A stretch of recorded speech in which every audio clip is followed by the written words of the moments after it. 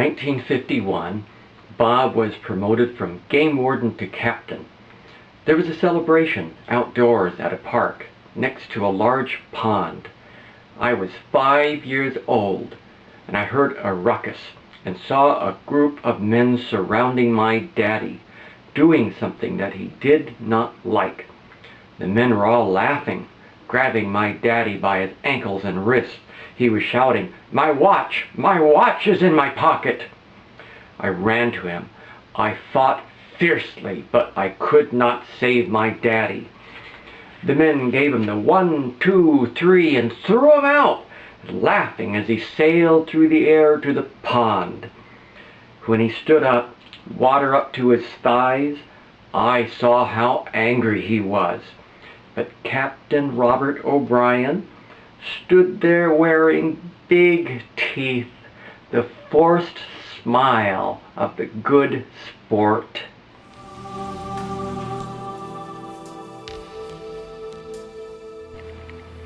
I was a lonely man. I'd been a lonely child. I was 8 years old. I had a dog, a weenie dog. His name was Blitz. I had a friend. She lived across the street. Her name was Linda. One day, I went to play with Linda. Blitz followed us up the driveway toward her backyard.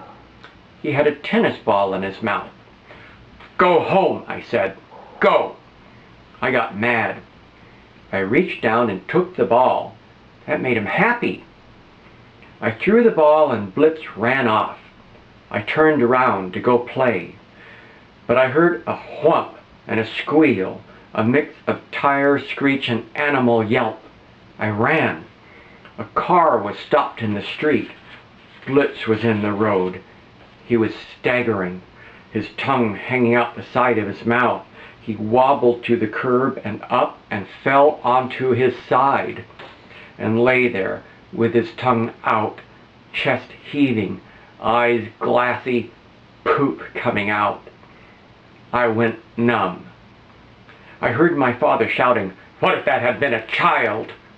The old lady was out of the car, facing my father in his anger. She looked stricken. My sister's face came right up to mine, filled with anger and hurt, and she yelled, "You did this! You killed him!" Numb. A mother was there. She put her arm around her child's shoulder to lead him away. She looked at me, and I could see from her face that something really bad had happened. I can't remember when I cried for my little dog. Maybe that night, maybe the next, a week, months. What I do remember clearly is how I had buried my face in my pillow to weep. Mother and Daddy slept right next to my room. I didn't want anyone to hear me. When we go back in time, maybe we cannot alter the turning of the wheel, the accidents, the chance events. But we can return to see Bob making haste to put the dog on the canvas tarp, the trip to the vet. But he hesitates. The dog is done for. Bob looks from Blitz to his son. Bob looks sad. From kneeling by the dog, Bob stands, takes 3 steps to his boy, and as he sinks to one knee, Bob puts his hands on his son's shoulders. Only when he is certain he has the whole of the boy's attention, he speaks. "I'm sorry this happened, son. I know how much this hurts." At the same instant, the father and son begin to cry. Bob puts his arms around his boy. My sister joins us. We hold each other tight, like people do at the edge of cliffs, like we do when we come close to goodbye.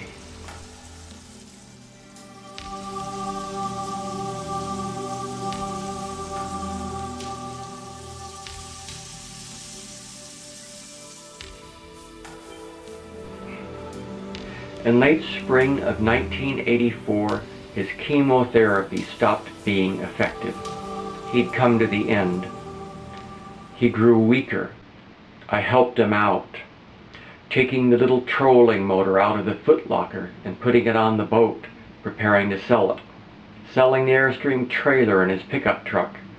I helped him empty his storage area, out with the anchor and his fishing gear and his tools, cleaning house, getting rid of the stuff, so when he was gone, Barbara's life would be a little easier.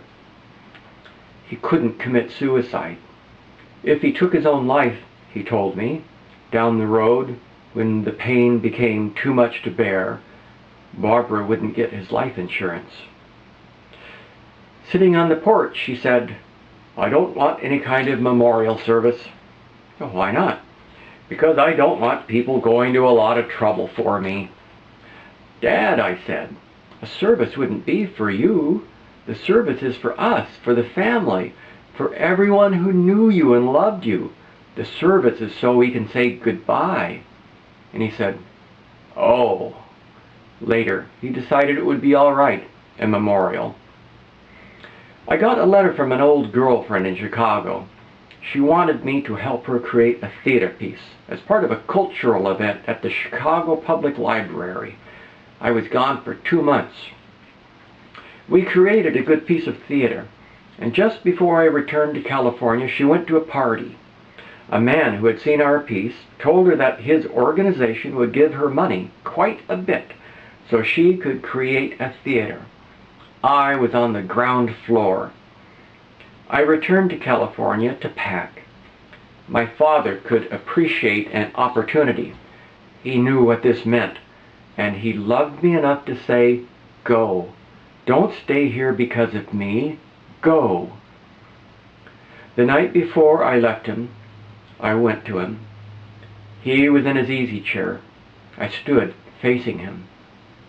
"Well," I said. We smiled. We said goodbye. Neither of us knew how to say, "I love you. I'll miss you. Will I see you again?" If I could go back in time, I'd say, "Hey, old man, get up off your butt."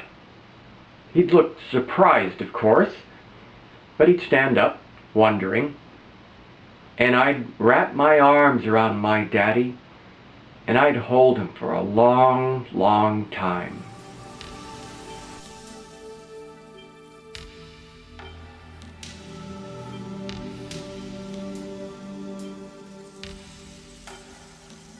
I was at work when the phone rang. My boss called out, "It's for you." It was Kathy, Bob and Barbara's next-door neighbor. My dad was in the hospital. I should come as soon as I could. I wondered why Barbara hadn't called. "Well, where's my mom?" And Kathy said, "She's sitting here on the sofa." In that instant, I saw my mother, stricken, numb, unable to talk. A few hours later, at 30,000 feet, I wondered, how many of these people are going home for a death? At 10 at night, I was at the Reading airport. Barbara was waiting for me. She was smiling and looked happy. "Hello," she said. "How are you?"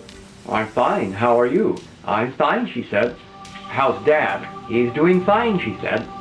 "All the nurses really love him. He's telling a lot of jokes." I expected to see my father, the man who had been sitting in the easy chair when we said goodbye. When we arrived at the hospital, I was shocked. He was skeletal.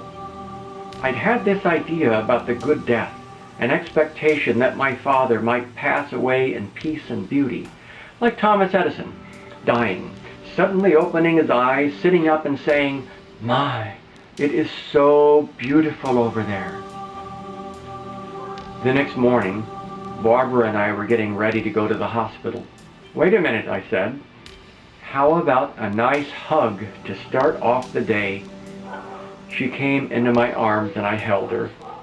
She began to cry and said, "It's going to be so hard." That was the only time I ever saw my mother cry.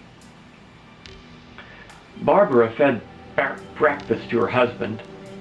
As he took the spoonfuls, he stared at her, never taking his eyes off of her, not even to blink. After breakfast, Barbara and I went to the cafeteria. A woman came to our table. "You must be Mrs. O'Brien." The woman introduced herself. She was Joyce, a hospice worker. "Your husband said you'd be here. He told me what you were wearing." And then Joyce told us how Bob had described his wife. 5'4", slender, blonde hair cut short, earrings with small pearls, glasses with large frames, tortoiseshell, and on and on. I was astounded. That's what his intense looking had been. A deep, long last look at his childhood sweetheart, memorizing her so he wouldn't ever forget her.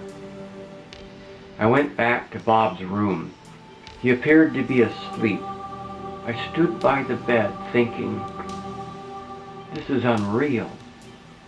This is like a dream. No, this is not a dream. This is real. My father is dying and I am here with him, and nothing will stop me from being here. I will not leave my father.